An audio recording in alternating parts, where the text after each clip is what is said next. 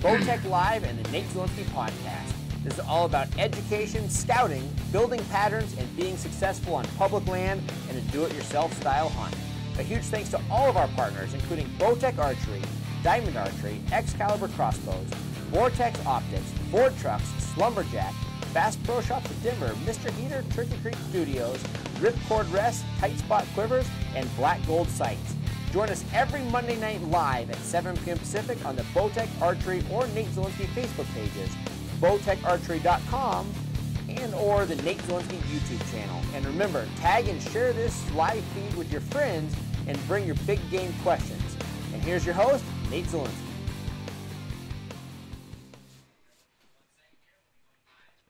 All right, how's everybody doing? Welcome to the show. I'm Nate Zelinsky here, your host.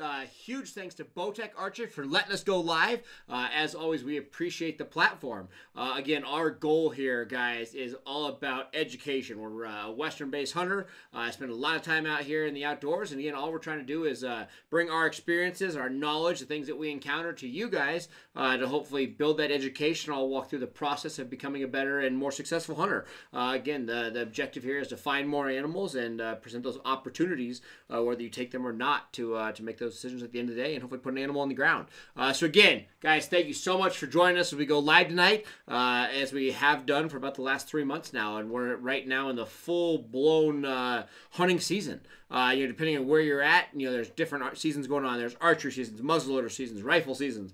Everything's taking place. And we're shooting this show live from Colorado. We are just in the middle of a rifle pronghorn season. We have some Eastern Plains mule deer seasons and whitetail seasons. And we are right on the cusp of our first elk season, our first rifle elk season, I should say, which is probably one of the most licensed sold hunts out there. So a lot of anticipation going into the Saturday's rifle elk hunt.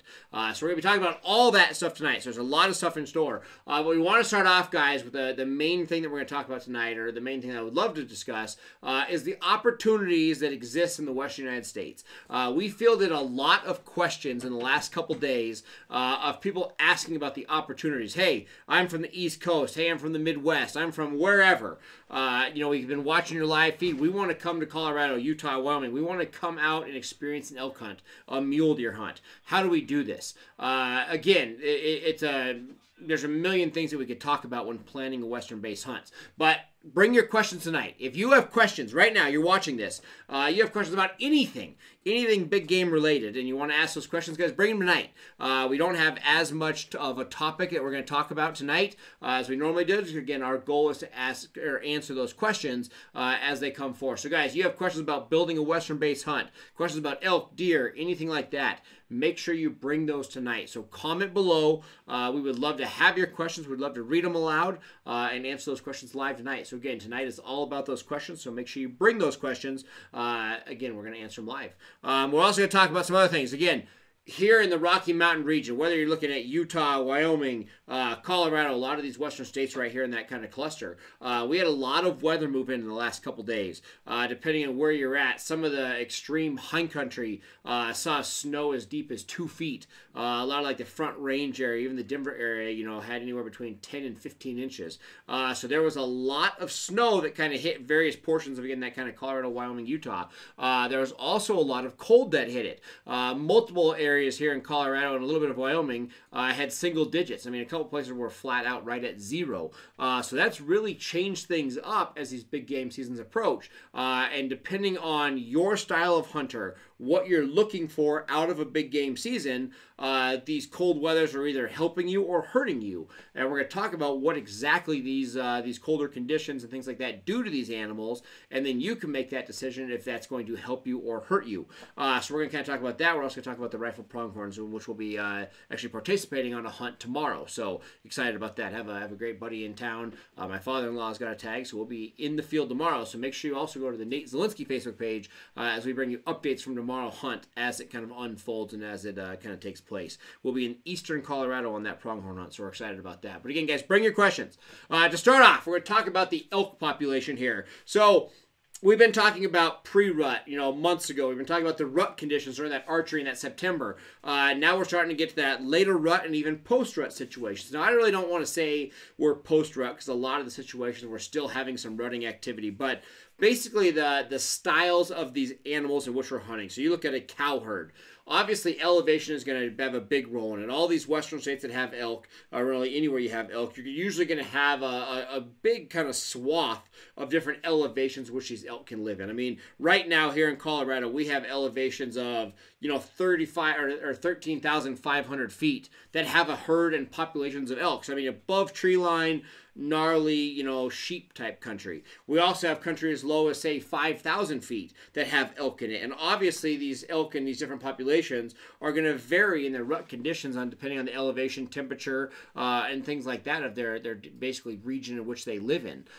So as we're looking at that, that's really going to come into play of how this rut activity is. But generally speaking, your cows are going to go into their first heat, their first cycle, sometime in September, anywhere from very early September towards that later, third week of September. And you're going to have these cows going in a cycle, and the bulls are going to be breeding these cows. When you start to get towards that later September, very early October, all of a sudden you're going to hit that kind of window that all the cows that did not get bred, the cows that did not take, will kind of go into a secondary heat. And that's all of a sudden when these bulls gather these big harems. So a September harem, we've talked about this before, you might have 10 animals, 20 animals, maybe 30 animals in a giant harem. And now all of a sudden you get into that second heat, and these bulls are gathering as many cows as they possibly can in really large harems, just hoping that by playing the numbers, they'll end up with a couple other animals that will still go into heat and they can breed those animals. So a situation like this, a very late rut activity, we see harems as big as 50 animals, 60 animals, 100 animals. I was talking to a good friend of ours who he was actually out this morning, and he basically had two harems kind of colliding together, and he had just a little over 300 animals in this one gigantic harem. We had like 15 bulls, kind of all trying to work these cows, and it was just a kind of a mess of organization. But regardless, this harem was literally 300 animals thick, just for the fact that, again, these animals are in such large harems, with the bull hoping that he still has the opportunity to breed some of these cows as they go into those late cycles or those late heats. So that's basically what's happening in a lot of places. So depending on where you are in elevation and temperature and where that rut phase is, there's still a lot of activity for what you'd consider a hard-hitting rut. And with that rut, you're going to have bugling. The cows are going to be talking. And we love that, especially as we approach an upcoming season. So this Saturday, like I said, here in Colorado, we have a first rifle season. So it's a 5-day hunt. Obviously, your high-powered rifle permitted. And that type hunt, when these animals are bugling and still kind of in that rut activity, can sometimes make for a slam dunk hunt. You can go out, at 3 a.m., 4 a.m., a couple hours before light. You can do some cow calls, do some bugling, and these animals will respond to you, and you know exactly where they're located. You have to a T. These animals are in this valley here. They're on the side of this hill. And by doing some scouting, on previous days, you kind of know the terrain that they're in. And you literally just have to get yourself in that right position. Sun comes up, and you can take that shot, and that animal's on the ground. So really, the opportunity of hunting a rut situation with a rifle can be a very dominating, great season. So there's a lot of hunters anticipating that. Now, a lot of the higher country, even last year per se, this first rifle, these animals, even at 10,000 feet, 12,000 feet, were still in that, the cows were in their second heat or that second cycle. The bulls were still rutting. I mean, even running cows, even callable, to where you could actually call a bull in to very close distance, even with archery equipment, and have that opportunity.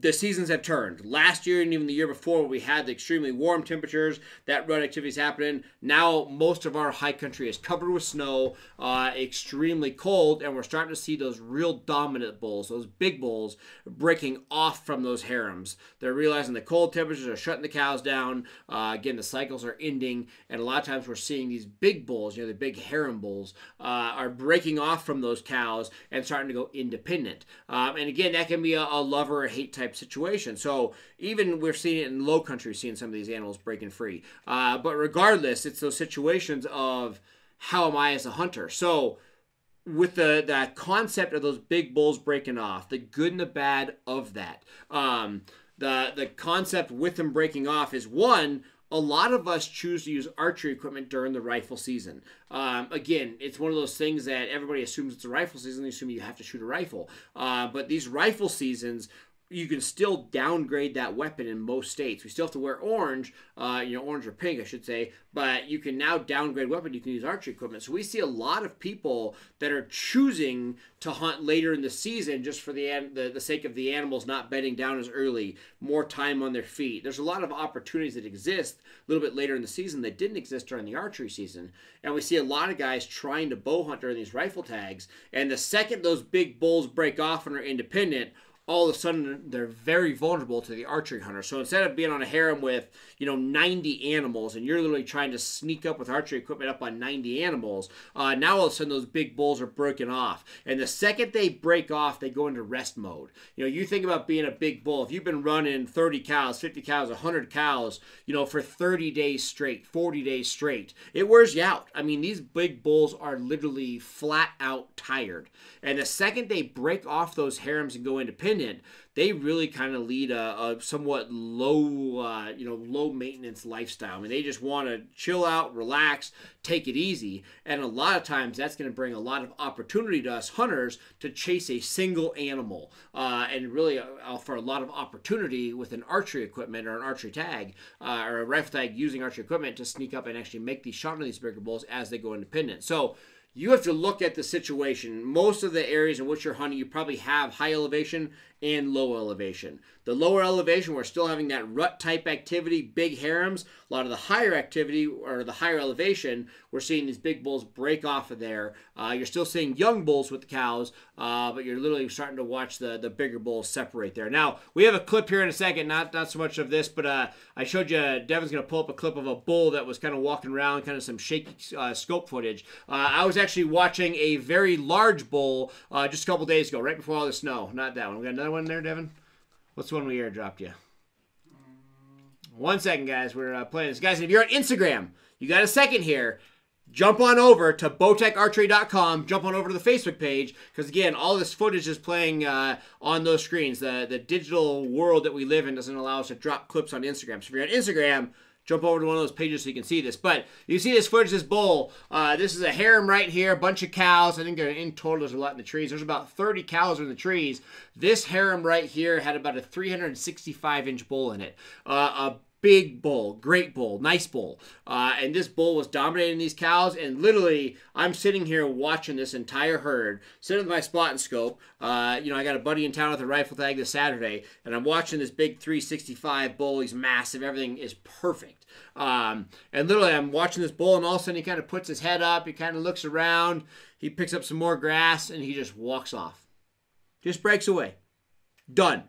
And, he walked away, and I just kept walking. And I'm like, man, what's he doing? Everybody's feeding this way, a whole harem cows, and this bull just breaks off and just starts his march.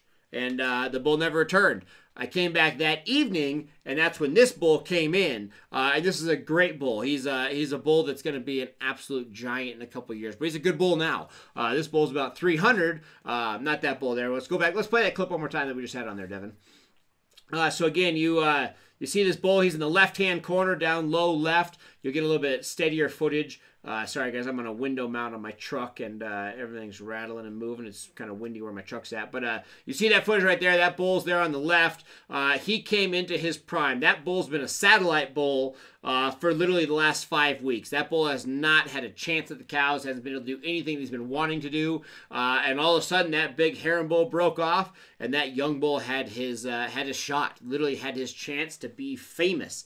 So that young bull was beyond excited about that. So I literally watched the big bull break off and watched that young bull come in, and all of a sudden, bull that I had seen now for the last 4 weeks, I've never seen him that excited. I haven't seen him bugle that much, and all of a sudden he's working the cows, he's bugling, and he turned into the dominant bull. And it's just kind of the pecking order that takes place. That big bull, whether the cows weren't in cycle or whatever happened to it, that big bull decided, hey, I'm done with these cows, and he broke away and walked off, and that younger bull came on. And that's the things that were happening right now. So no matter where you're at, a lot of times you're going to still find the big bulls with those harems, and a lot of other times you're going to see those big bulls just now breaking off. I would say that I've seen a handful, not a ton, but a handful of these bigger bulls breaking off of those harems literally in the last 3-4 days. I did not have a really good day yesterday. It was snowing so hard I couldn't see, so I did not have a very productive day of scouting yesterday in that storm. But I'll be out actually pronghorn hunting tomorrow, and then Thursday, Friday, we'll kind of get a final note of where these animals are at before that first rifle season actually comes to play. And most of the rifle seasons, a lot of these Western United States, is going to start this coming weekend. So a lot happening with that type thing. But again, the moral of the story, we're talking about the opportunities that the animals are there. So whether you're a rifle hunter, whether you're using archery equipment, a lot of guys are now using crossbows during these rifle hunts. Know what your animals are doing and really try to set yourself up for that right situation. We've, again, been fielding a lot of questions about this type stuff. A lot of people are really concerned about the snow. The later rifle hunts, the 3rd, 4th, where guys depend on migration to bring the animals to them, those guys are beyond excited. But a lot of the people that draw this first rifle tag are all in hopes that the animals are going to be bugling, the animals are going to be talking. And with that said, the snow can obviously hurt those type things. So know your animals, know your situation. Get out there and do that scouting. Again, lower elevations, you're going to have more opportunity at rut activity, more the traditional style bugling effect. And in the higher country, don't be surprised if you start to see some of these bigger bulls breaking off. And there's nothing wrong with that. Just kind of know where to look for them. Plan on looking for an independent animal, and possibly don't really plan on hearing as much bugling or things like that, as that kind of is going to come into play and kind of slow things down. But keep all those things in mind, and hopefully it helps you out build a very successful hunt. The other big thing that the snow helps us with is going to be both on the mule deer and the elk side. Guys, the second you get snow on the ground, the second you get those colder temperatures, it is going to extend the daytime activity. Obviously, during all the archery season at September time, obviously the super warm weather causes these animals to bed down super early. So, I mean, the last month, we've literally seen most of our animals bedding down at 7 a.m., 7:30 a.m., 8 a.m. at the latest. And that gets hard. You get 2 hours to hunt them in the evening or in the morning and maybe an hour at the night. And then, so you have a 3-hour day to try to get it done. As opposed to right now, I had animals out in the last couple days until 10:30, even 11 o'clock during the day, in the morning, I should say, and then coming back out at 2:33 in the afternoon. So dramatically offering more opportunity to me, the hunter. So we love that. And that's where we always talk about the crossover hunter. Again, you talk about throwing some cold weather in there for both the mule deer and the elk. If you literally can double the amount of time that you, the hunter, have access to these animals because they're no longer bedded, and they're actually feeding out long in the day because of the cooler temperatures. If I have a bow tag and I say, hey, I'm going to invest in a hunt, if I take a traditional bow tag in September, I might only have 3 hours to chase these animals per day if I'm lucky. If I take a first rifle tag and still bow hunt during that time of year, all of a sudden I might have 6, 8, 9 hours to hunt them during the day. You do the math, you start weighing things out. There's a lot of opportunity that exists during these rifle seasons. So, again, think of that. Guys, we got more to talk about. We're going to ask a couple questions, or answer a couple questions, I should say. I know we got a couple questions coming in, so we're going to answer some of those, and we'll kind of get back to the topic. What do we got, Devin? All right, with seasons changing, habits changing, what is your best tactic to hunt these animals? Are we still kind of spot and stalking, or is it better to sit somewhere and pattern these animals? Absolutely. Is it a spot and stalk or is it a sit and wait type game? I try to use the intel in which I have to make those decisions. To be totally honest with you, I personally am almost always about the spot and stalk. So I also break it down to kind of the situation. If I have rut activity, if I even have a hope that these animals are still talking, I always will go out at 2 a.m., 3 a.m., well before light, and I hope to, even if I don't call to these animals, I just listen. I love to hear these animals and then plan the spot and stalk after that. If there's no hope of hearing an animal bugling or talking, then I almost always start my day at the highest point possible in which I still have good wind. And it's important to throw the good wind thing in there. So many people just think about climbing to a high point to get good glassing, but they don't know what their wind is doing, and they ruin a hunt before it even starts. So if I can get to a high point to where I still have good wind, I love to find my animals and build that plan. Whether it's, hey, they're on this hillside, I can get to them, by the time they bed down in the morning and make the shot, great. Or if my morning hunt is nothing more than building intel and hoping that the animals, I put them down in a particular area for bed, and then I hunt them that evening when they come out. If I have trail cameras up, or if I've been scouting and I've been watching these animals for a significant time, if I can predict say 60% of their daily patterns. That's probably the correct number, 60, 70%. If I can anticipate that they're going to walk into a meadow, walk across a valley, walk a certain game trail, if I can say, hey, I got a 60, 70% chance that they're going to do this, then I would sit and wait for them. But generally speaking, I feel that I'm so, just so restricted if I'm sitting in one small, narrow area waiting for them to come to me, as opposed to sitting in a higher spot, or it really doesn't have to be high, sitting in a place where I can visualize and see a lot of country and a lot of animals. It gives me the chance to find animals and make that approach that way. So personally speaking, I'm all more about the spot and stalk, find those animals, build a plan, get the right wind, and then make my approach, rather than restricting myself to possibly having bad wind and hoping the animals show up. But again, if you have a rock solid pattern, whether that's a trail camera or just through scouting, if you know you're on a good pattern and you are pretty confident the animal's going to come, obviously, sitting and waiting is a great decision for you. But again, generally speaking, I would rather sit afar, find the animals, build a quick pattern, and make the approach in the perfect situation. So, alrighty. You talked last week about angles and long distance type shots. What about from a tree stand and shorter distance? How much does that angle affect your shot one way or the other? Absolutely. Angle is still everything, even at short distance. We talked about angle last week because we had a good friend. Obviously, we were talking about the sheep hunting. We had a friend with a high power rifle. I mean, shooting a 300 Winchester, a 300 Remington Ultramag short action, kind of a unique round. But at 100 yards, he was like 28 inches off because he was shooting literally vertical, shooting 70 degrees uphill.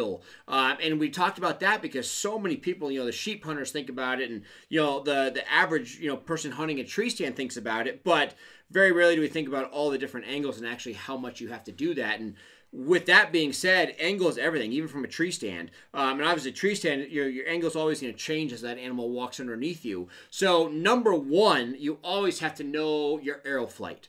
So at a certain distance, obviously, if it's 20 yards, at a very severe angle, you're going to shoot as if it's 10 yards. Luckily for the average hunter, you're shooting 10 yards, shooting 20 yards, it's all going to be that same pin. So generally speaking, you're going to be fairly somewhat close at those real short distances. When you start getting out to that 40 yards, 50 yards, that's where it's really going to start to have a major play. In a lot of situations, you will cut your pin distance or your yardage in which you anticipate shooting in half, if not cut it down by 60% in those severe angles. But the other thing that I think, especially when it comes to shooting archery equipment more than anything, is the opportunity of where that actual penetration is going to happen, where that arrow, where that bullet is going to hit and what it's going to do. When you start getting into extreme angles, it's so easy to overshoot a lung or even high shoulder blade an animal and not have a lethal shot. It's unbelievable. Elk are the worst. An elk literally has no problem living with one lung.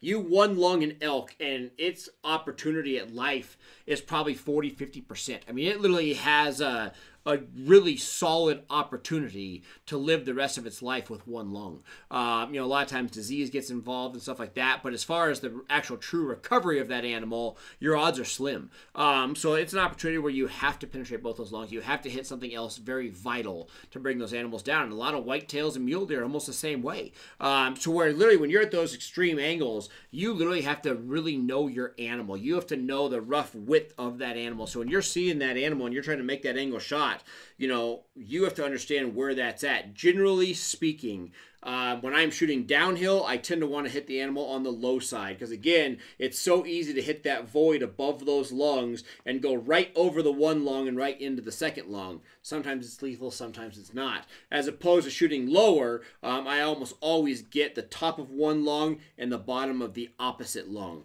So, generally speaking, shooting downhill, I almost always shoot low. On that uphill shot, same thing, I'm shooting low. So, lower is always better than higher in almost both of those angles. But again, you're always trying to think, how do I clip the top and bottom of both lungs in a double lung situation on those extreme shots?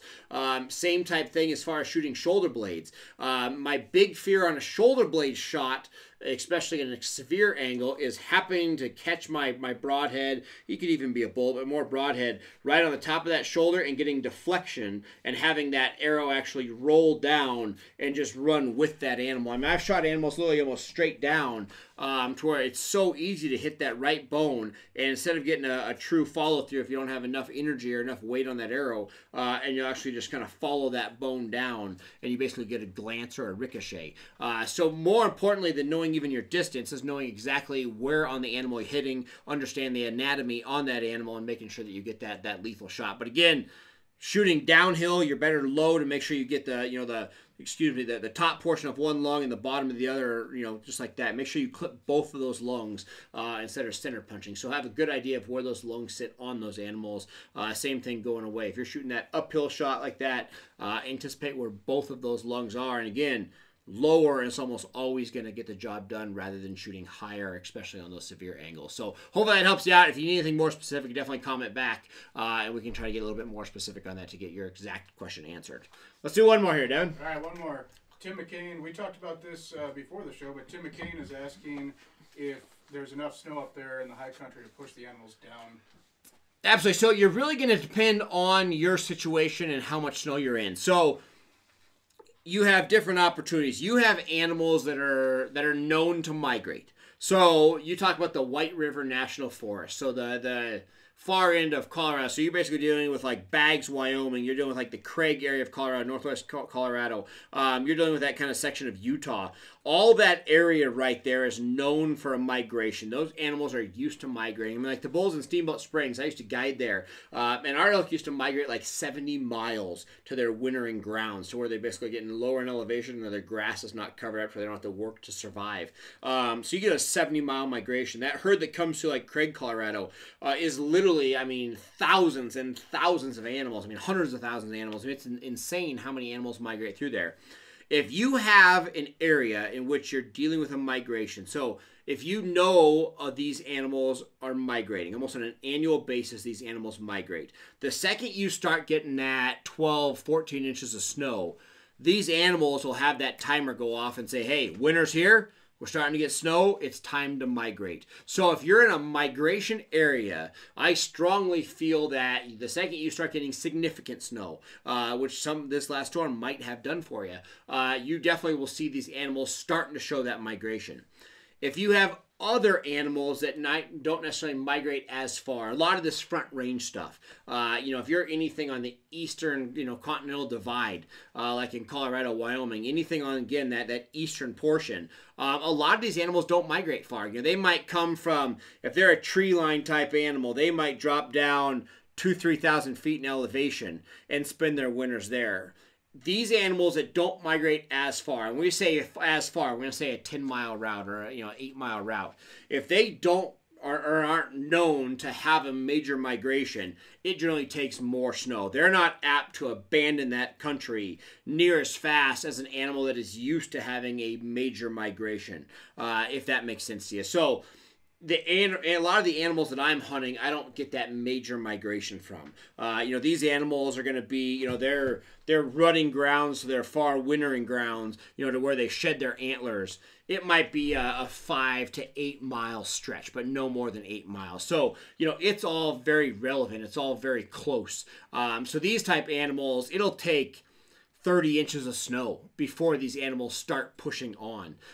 So it's going to take a lot of snow in animals that don't migrate that far, just because they're anticipating some snow, melting off. They're anticipating some wind blowing it off. Hopefully that grass returning, be able to stay in kind of their daily habits. So again, if it's a migration animal that's known to migrate, this type of snow is probably definitely going to start moving those animals. If it's an area where you don't have as much migration, these animals tend to kind of stay put somewhat, this snow is not going to affect those animals near as much. I mean, obviously, the average animal is used to kind of pawing the ground, moving its nose around, and getting grass. So if your grass, generally speaking, I'd say the animals are happy to move, say 4 to 6 inches of snow to get to grass. If your grass is 6, 7 inches tall, you're pretty good if you have 10 inches of snow, 12 inches of snow, not a problem for these animals to still feed and kind of get to it. If you have 3 inches of grass and 14 inches of snow, you're starting to get to where it's hard on that animal, and that's where you're going to see that kind of that migration if those conditions continue to last as is. I definitely think you're going to see some separation of bulls and cows anywhere you have significant snow. I think you're going to see those big bulls breaking off. I think you're going to see even the semi-mature bulls breaking off. You're going to see the harems continue with cows and young bulls. I think that's the number one thing that you can anticipate seeing. And then, again, migration zone versus non-migration zone. You could definitely see that with that coming. They had some snow predicted for this weekend as well, kind of coming across all the Rockies region. It seems like they're tapering that off. If we had that snowstorm hit and we start stacking these storms on top of each other, that's what's really going to have a massive effect. I think they're calling that storm off a little bit, so that will help things out and slow things down. But generally speaking, we've had a lot of moisture this year. If that moisture continues, it will be an early migration of sorts to anticipate. So. Perfect. All right, guys. We got any more questions there? Nope, we're good. Reading through them all. Perfect. All right, guys, and continue. Offer your questions, guys. We're here to answer them. We're going to talk for a little bit longer, but you have questions, ask them now. We'd love to answer your questions. I know there's a lot of people out there anticipating hunts here in all the Rocky Mountain regions. Again, we're excited about it. Bring your rifle questions. Bring your archery questions. Bring your travel questions. There's a lot of animals out. We've been out every day watching these animals with anticipation for this first rifle hunt. Obviously, we tend to joke around and call this first rifle hunt the revenge hunt. I know, personally speaking, old Ricky that bested us during the archery season. He's a hard, smart bull. Obviously, we have some great thoughts of chasing him, as well as a few other big bulls. You can see Ricky right there. It's a June picture of Ricky. That bull is still alive on hoof. And I'll tell you what, it's a good feeling to be in the woods with a high-powered rifle with that bull in the area. So we got a lot of big bulls kind of running around, cruising around, and a lot of these big bulls would have a rough go with a long-range rifle in hand, like it's coming this weekend and the following basically month as the high-power seasons kind of unravel and unroll. So we'll see what happens with all that. But guys, keep that in mind as the snow kind of affects all that kind of stuff. The last thing we talked about with the elk before we jump on a deer here real quick, in the area that you do have a lot of snow, in the event that you have a lot of cold, the big thing that we have changing, obviously we scout, we preach scouting, we're getting a lot of questions about scouting. The biggest change that we see in daily habits is if it's cold enough and you have enough snow, we see the bulls abandon the dark timber. This is what we always call a post-rut pattern. So the elk, the bulls, the cows, everybody will abandon bedding in the darker timber and they start bedding on open hillsides. They still want cover to feel safe. So you have a nice aspen hillside. So if you have aspens coming up, these bulls will bed on these semi-sloped or fairly snoped aspen hillsides to where they still feel safe because the trees are around them, but they also are in the sun to warm their bodies. So we see them bed on scrub oak hillsides, aspen hillsides, even sagebrush hillsides, as long as they're steep enough and they feel like somewhat they have some bushes around them to offer cover to where they're not seen and not as vulnerable. So that's one of the biggest things that we see. That's probably the only big pattern that we see change with the snow and cold. So if you've had patterns through scouting, whether you're archery hunting, rifle hunting, keep that in mind. So if you've had patterns of these animals bedding in the dark timber, you can almost think of the fact that they're not going to bed in the dark timber anymore and they're going to start bedding out in those open hillsides. So as you scout, as you start to hunt these later seasons, keep that in mind because that's one of the great opportunities. Instead of going back to camp and napping or hanging out, a lot of times now you can spend all day in the field and you can glass these open hillsides during the day. And a lot of times you can find some great animals bedded out in the open and put some midday stalks on these type of animals. And presents a lot of opportunity when other people are wasting time. So think about that. The other thing we're talking about here, we're going to take actually a couple more questions. We're getting a couple more. The deer season. I saw, literally last night, the storm cleared, 3 p.m., something like that. And almost instantly, I saw buck after buck after buck starting to come around. We're not going to see rut activity, the very early stages, like early stages, we always say is Halloween. So the end of October is when we start to see, basically the rut activity starting to come out, where we're starting to see more bucks, new bucks. Basically the love season for these mule deer and whitetail starts coming out. And generally speaking, it is Thanksgiving when you are full-blown cranking everything's happening for the average situation here in the Western United States. But the second we get snow, the second we get cold, we start seeing some more animals. Again, I saw 80% more deer activity yesterday after that storm than I've seen in the last month put together. Yesterday I saw 15 new bucks that I had not seen in the past. So literally the opportunity there, I know there's a lot of Eastern Plains hunts going on right now here, especially in Colorado. But again, if you have that tag, even if you have a rifle tag, again, we talk about second and third rifle tags, fairly easy deer tags to get. It's a rifle tag. A lot of bow hunters don't look at those tags. You know, it might be a high point unit to draw with a bow, but you can all of a sudden draw this second, third rifle tag here in Colorado, use your archery equipment during it, and have ample opportunity at a lot of deer, especially as they get closer to the rut. September, they're not rutting in our mountain archery season here in Colorado. Second, third, fourth rifle, they are rutting. Use a bow during the rut, it actually makes a little more sense than it does hunting in September. So again, we always talk about the crossover between guns and bows. There's a lot of opportunity for both of those to exist together. Long story short, the snow came to Colorado, the cold came to Colorado, and with that came opportunity. We're seeing more deer than we've seen. So more than anything, get excited for it. Over the next 2 weeks, we're going to talk a lot more mule deer stuff. So make sure if you're a mule deer hunter, you stay tuned here. The next 2 weeks, we're going to have some guests here, especially probably in 2 weeks, that are mule deer freaks, enthusiasts, people that know mule deer more than anything. So again, stay tuned if you like those mule deer. We're going to take one more question here real quick, and then we're going to talk about the hunt we're going on tomorrow. We're going to wrap it up. What's our question here, Devin? Scott Willard asked, so you're talking about the big bulls breaking off from the harems. What is the pattern that they're going to?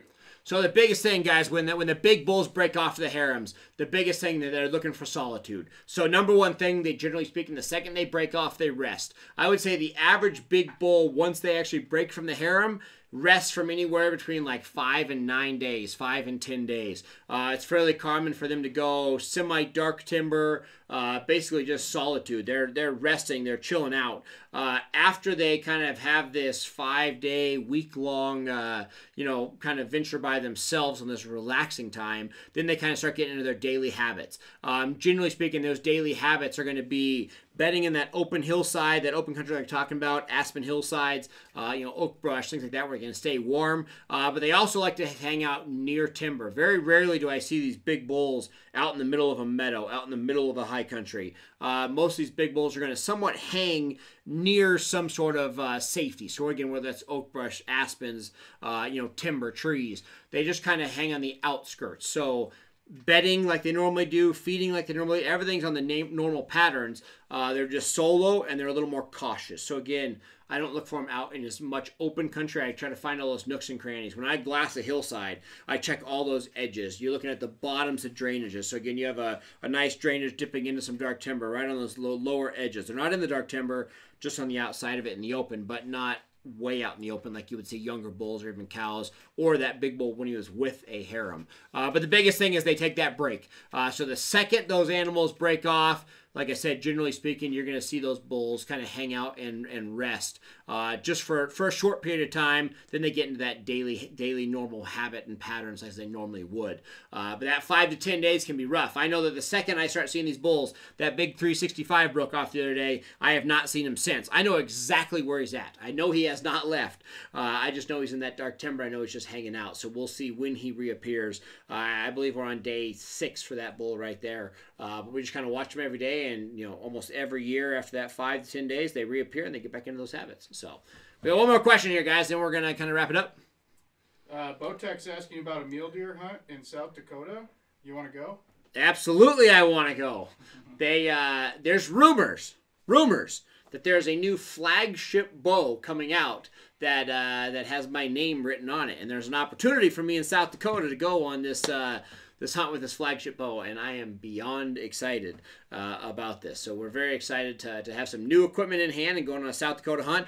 Just like that, we're planning this hunt in November. Same type thing here. We're waiting for some snow, waiting for more rut activity. You could go on a hunt right now to a lot of different places, and you're going to have a lot of deer. So I say even like right now, you look at Colorado, I would say I'm looking at probably 50% of my deer in an area. So even, if I scout every day in and out, I'm literally probably seeing 50% of the deer. The second we get enough snow, enough cold, whether they're migrating from 5-10 miles away or migrating from a mile away, those big bucks, the second that rut activity starts, they come out of the woodwork. They come out of their nighttime activities. They're not nocturnal.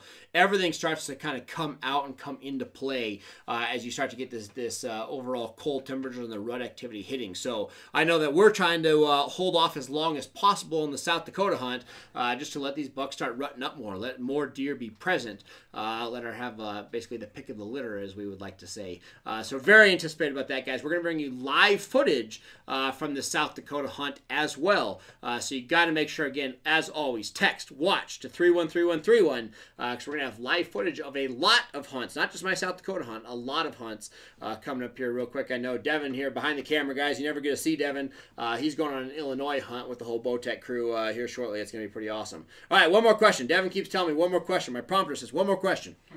So with the fresh snow, you ever cut a track and follow track? Absolutely. Now, the biggest thing that I do with this, guys, is make sure it's the right track. But I'll tell you what, I can't tell you how many elk, especially back in my guiding days, that we did this through. If you know you are on the right animal, or let's just say it doesn't matter, you just want animals. If you cut a fresh track in the snow, it's a ball. Literally, head down, get on that track, and walk it out. You will almost always run into either, generally speaking, you walk into their bedding zones, but it will always lead you right to where the animals are at. And walking a fresh track, as long as you have good wind and you are somewhat a stealthy hunter, I would say cutting a track and walking it out, especially if you're not a picky hunter, I would say your odds of harvesting that animal are in the higher percentages. You're 80-90% success rate by walking out a track. So me personally, I'm usually hunting specific animals. If I can find the specific track to a specific animal, 100%. I would never pass up walking out a track. Big fan of that tactic. So I definitely do that. If it's personally for me, if I don't know what animal it is, I would rather sit back and try to locate that animal and find out what it is before I necessarily walk it out or get too close. Just not to disturb it if it's not an animal that I'm going to pursue. But regardless, walking out a track is a dynamite way to be successful. It's also a great way to learn the daily habits. We're talking about daily habits and how these big bulls act. You walk out a track, you learn real quick the areas in which they're at. Do they walk through meadows? Are they walking on the edges? What kind of areas are they bedding in? How often are they bedding? When are they drinking?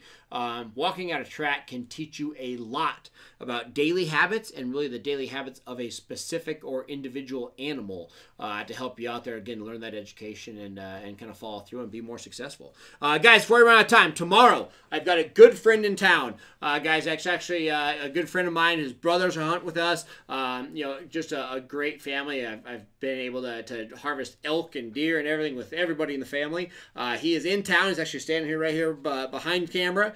We're pronghorn hunting tomorrow. It's his first pronghorn. We'll have footage of that, and he'll be joining me next week right here in studio. We're going to be talking about his progression as he came out to Colorado 3-4 years ago, how he prepped for it, how he trained for it, the success he had then, and how he prepped and prepared himself for this hunt. So again, tomorrow morning we have 2 pronghorn tags going to Eastern Plains of Colorado. The season started Saturday, so we are 5 days in on the season, and we actually did that with kind of a concept in mind. Actually letting some of these animals get pushed around, get pushed into where other places don't go. So we're anticipating finding a lot of animals due to other hunting pressure gathering these animals.